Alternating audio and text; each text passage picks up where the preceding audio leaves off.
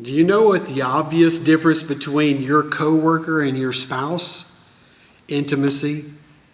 When it's non-existent or when it's lacking in a relationship, by human nature, we begin to focus on how much someone else is doing or how much they're not doing in a relationship.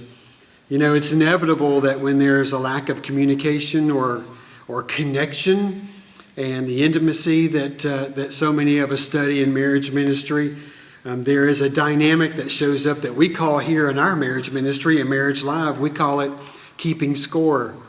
You know, when two people keep score, we're actually taking records or mental records, maybe even verbal records, I don't know, but mental are just as damaging as the verbal when we speak it out and we make an accusation of how someone is not working or picking up their load.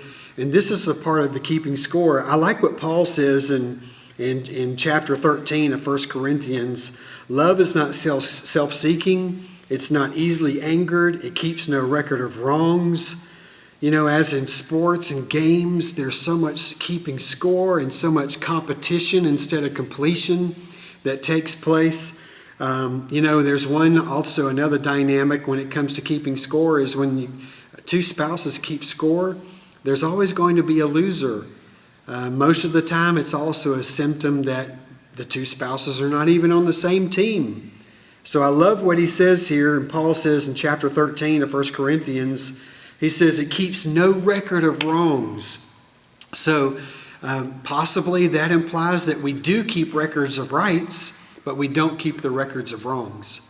Here's another question. How can we get back on the same team instead of competing against one another? Well, number one, acknowledge the fact that both of you will make mistakes.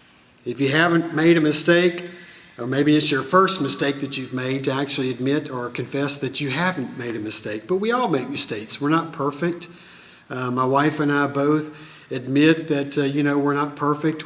There are things that we're going to do and may not pick up the load when we're supposed to, which leads us really to the second thing, and that is to just openly acknowledge and say, hey, I'm sorry, I apologize. This is a tough one.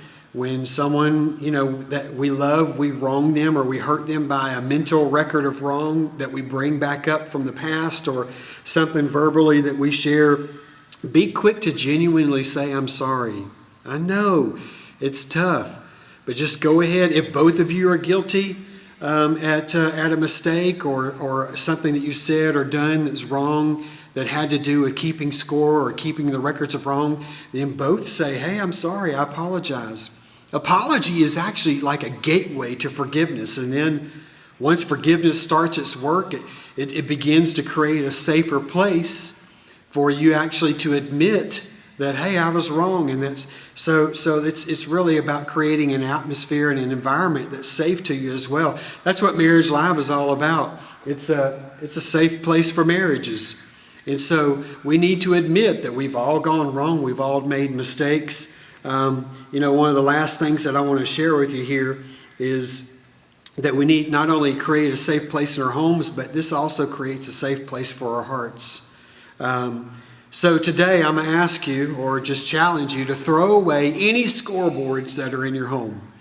Find your spouse, look at them in their eyes, sit down and have a conversation and say, hey, I just feel like that we've been bringing things up over the years or over the past couple of weeks. Here we are sheltered in place during the COVID-19. This is a difficult time.